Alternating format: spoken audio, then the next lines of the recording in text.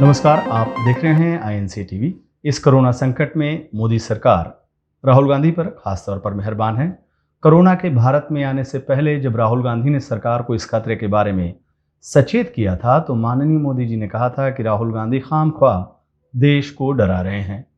अब राहुल गांधी ने वैक्सीनेशन की सुस्त रफ्तार को लेकर सरकार को सावधान किया है तो मोदी सरकार के मंत्री प्रकाश जावड़ेकर ने दावा कर दिया कि पूरे देश में इस साल के अंत तक मतलब साल 2021 में ही सबको वैक्सीन लग जाएगी। अब आइए जरा जावड़ेकर साहब के दावे की जमीनी पड़ताल की जाए। फिलहाल देश में serum institute of India Covishield और भारत बायोटेक कोवैक्सीन का प्रोडक्शन कर रही है। सीरम इंस्टीट्यूट के CEO अदार पूनावाला ने बताया है कि फिलहाल कंपनी हर महीने 7 करोड़ वैक्सीन का प्रोडक्शन कर रही है। अगर सब कुछ सही रहा तो जून के आखिर या जुलाई तक प्रोडक्शन 10 करोड़ होने की उम्मीद है। यानी अगर आप इस स्पीड से देखा जाए तो दिसंबर 2021 तक सीरम इंस्टीट्यूट ऑफ इंडिया कुल 60 करोड़ वैक्सीन बना पाएगा। अब इनमें से कुछ वैक्सीन व्यवसायिक करार के तहत विदेशों को भी भेजी जानी है। वैसे अगर सभी वैक्सीन भारत को भी मिली तब भी इससे सिर्फ 30 करोड़ लोगों को ही वैक्सीन की दोनों डोज मिल पाएगी। अब आइए वैक्सीन बनाने वाली दूसरी कंपनी भारत बायोटेक के प्रोडक्शन का आंकड़ा देख लिया जाए। भारत बायोटेक फिलहाल हर महीने करीब 2 से 3 करोड़ वैक्सीन का प्रोडक्शन कर रहा है।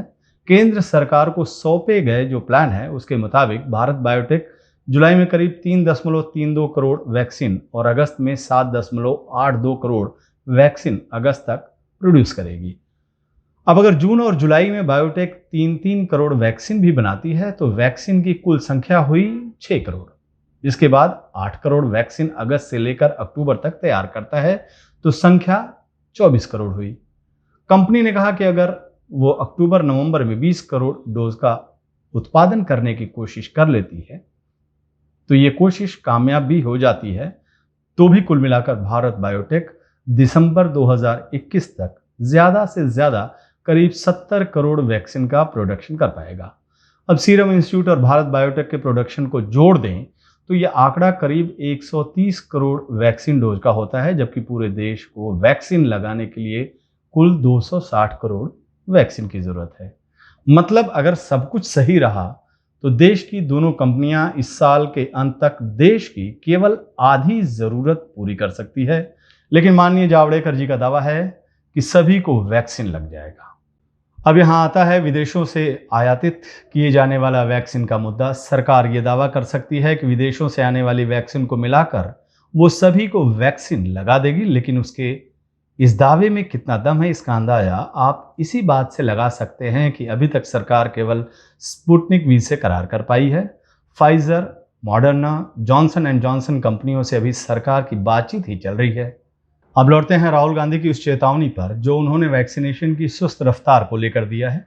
राहुल गांधी ने इस मुद्दे पर कहा है कि कोरोना रोकने में लॉकडाउन एक हथियार है, लेकिन यह अस्थायी समाधान है, यानी टेम्परेरी समाधान है।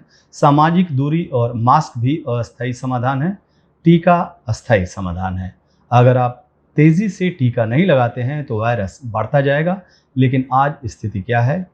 देश के सिर्फ 3% लोगों को टीका लगाया गया है। अमेरिका ने अपनी आधी आबादी को टीका लगा दिया है। ब्राजील जैसे देश ने 8-9% लोगों को टीका लगा दिया है। हम टीका बनाते हैं लेकिन हमारे यहाँ सिर्फ 3% लोगों को टीका लगा है, यानी 97% लोगों को कोरोना पकड़ सकता है। इस सरकार ने कोरोना के लिए दरवाजा खुला छोड़ रखा है। वैक्सीन स्ट्रेटजी के बारे में मैंने डायरेक्टली प्रधानमंत्री को बोला कि अगर हिंदुस्तान ने वैक्सीन स्ट्रेटजी नहीं ठीक लगाई, एक बार नहीं अनेक बार लोग मरेंगे। एक वेव नहीं आएगी, 2 वेव नहीं आएगी, 3 वेव नहीं आएगी, 4 वेव नहीं आएगी, आती जाएंगी, क्योंकि वायरस अडेप्ट करता रहेगा। अब स्थिति क्या है?